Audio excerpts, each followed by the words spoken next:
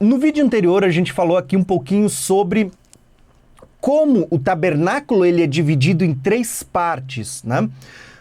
De dentro para fora, o lugar santíssimo, o lugar santo e o átrio exterior. E como isso aponta para o homem nas Escrituras, né? Porque Paulo vai falar que nós somos o templo do Espírito Santo. Jesus vai estar edificando em nós uma morada para Deus em espírito. Você vê vários textos dessa forma, né?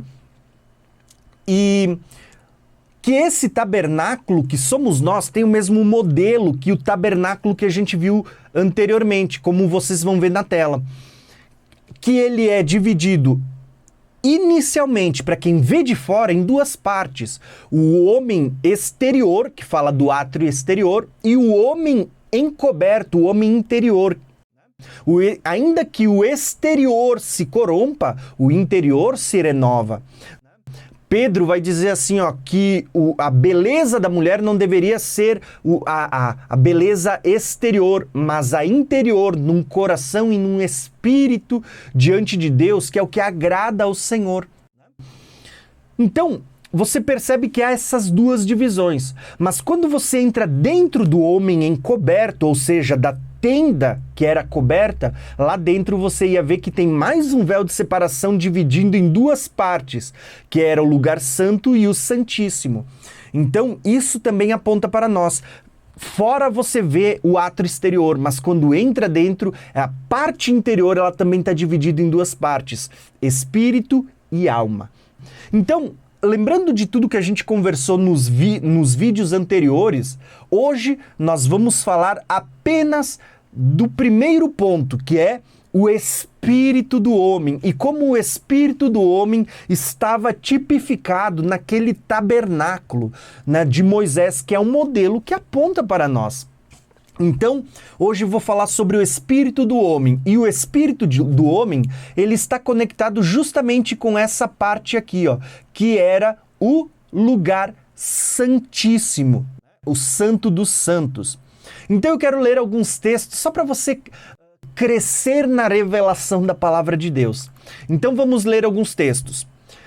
Vocês vão perceber, como eu botei aqui nessa descrição, que o lugar santíssimo, ele aponta tanto para o espírito do homem, como ele também vai apontar para o terceiro céu, quando a gente for falar do tabernáculo celestial.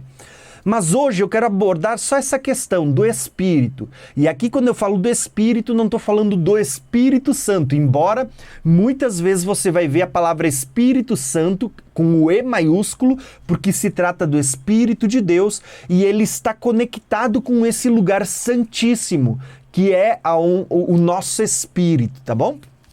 Então, vamos lá.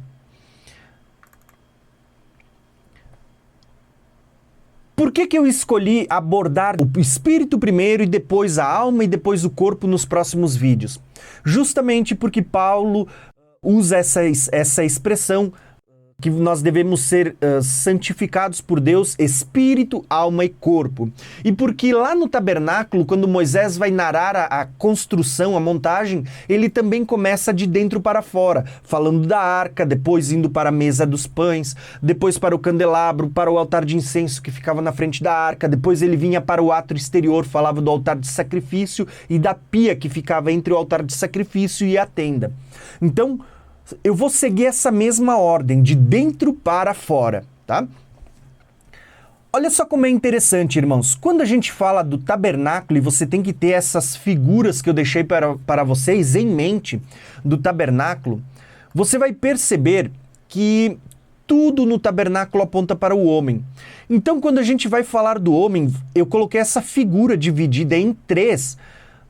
E essa figura dividida em 3 aqui, na verdade, a forma mais correta seria o corpo, né, a parte de fora, e dentro você tem a alma e o espírito dentro do corpo, que é a figura do tabernáculo. O átrio exterior, ele circunda toda a tenda e a tenda encoberta ficava toda ela dentro. Não é 3 partes, mas é uma parte grande e dentro as outras 2 partes, né?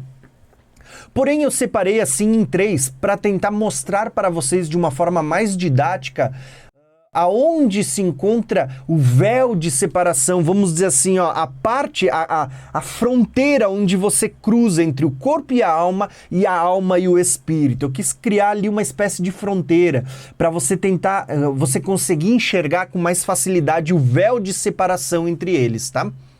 Então, vamos começar lendo alguns textos para a gente crescer na revelação da palavra de Deus. Primeira coisa que eu quero falar hoje é sobre a santificação inicial. E vocês vão ver que quando a gente tratar sobre o Espírito, eu vou falar sobre a santificação inicial. Depois vamos falar sobre a alma e aí eu quero abordar uma santificação progressiva, algo que vai acontecendo ao longo de toda a vida enquanto estivermos na Terra. E por fim, quando a gente abordar no próximo vídeo o corpo, então a gente vai falar da santificação final. Então, você vê que o processo da santidade, da santificação, ele está dividido dessas três formas. A santificação inicial, fala do espírito, a santificação progressiva, que fala da alma, e a santificação final, que fala do corpo. Vamos falar hoje da santificação inicial? Quando a gente fala da santificação inicial, nós estamos falando do novo nascimento. Por quê? Perceba que nós temos aquela passagem famosa de quando Nicodemos procura Jesus de noite, né? Parece que ele estava com vergonha de ser visto perto de Jesus pelos outros influentes da sinagoga, do tabernáculo, do templo daqueles dias. Então ele vai procurar Jesus de noite, né? Mas olha só que interessante, porque quando a gente fala dessa passagem, Jesus vai falar com Nicodemos, que era um mestre da lei, sobre o novo nascimento. E Jesus diz assim, ó, Jesus respondeu, na verdade te digo, aquele que não nascer da água e do Espírito não pode entrar no reino de Deus. O que é nascido da carne, olha o átrio exterior, é carne, mas o que é nascido do Espírito, ou seja, gerado pelo Espírito Santo, é Espírito. E você vai perceber ali, ó, que até mesmo nas traduções você vai ver nascido do Espírito em E maiúsculo, né, porque fala do Espírito Santo. É Espírito, aí fala com E minúsculo, fala do nosso Espírito. Porque, na verdade, a palavra é a mesma, mas o entendimento é que o novo nascimento é gerado pelo Espírito Santo. Quando você aceita Cristo, o Espírito Santo vai dar vida ao seu espírito que estava morto aos olhos de Deus. Então, o novo nascimento é o seu espírito sendo gerado, sendo vivificado novamente, né? Sendo trazido à vida. Ele estava morto aos olhos de Deus, mas ele foi vivificado pelo Espírito Santo. Então você sempre vai ter isso aqui, ó. O seu espírito, o espírito humano, vivificado pelo Espírito de Deus. Então sempre você vai encontrar essa questão. A partir do momento que o Espírito Santo gerou o seu espírito novamente, o Espírito Santo vai começar a andar junto com o seu espírito. E você vai ver muitas vezes se entrelaçar entre o Espírito de Deus e o seu espírito. E você vai ver que existe uma explicação para isso, a gente já vai ver daqui a pouco. É justamente por esse motivo que Jesus, ao falar com os seus discípulos, lá em Mateus 26, no Monte das Oliveiras, né, no Getsêmani, Jesus chama eles para orar. Grave essa palavra, orar. Eu vou falar sobre oração, palavra e jejum e você vai ver como isso está ligado com o tabernáculo e como oração, palavra e jejum está ligado com esse tabernáculo que somos nós também, tá? Não é por nada que essa prática cristã também está baseada em 3 pilares, assim como o tabernáculo era 3.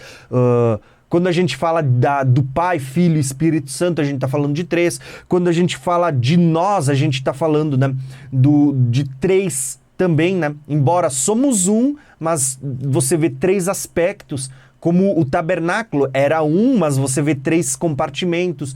Quando a gente fala de Deus, é um único Deus, mas você vê essa manifestação trina.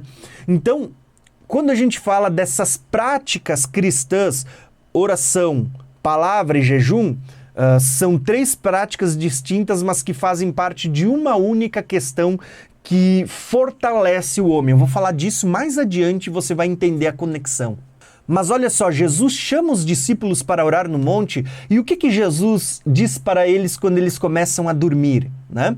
Ele diz assim, ó, vigiem e orem para que não caiam em tentação. O espírito está pronto. Ele está falando do espírito do homem. O seu espírito está pronto, mas a carne é fraca. O que Jesus estava falando? Ele está dizendo, tá vendo?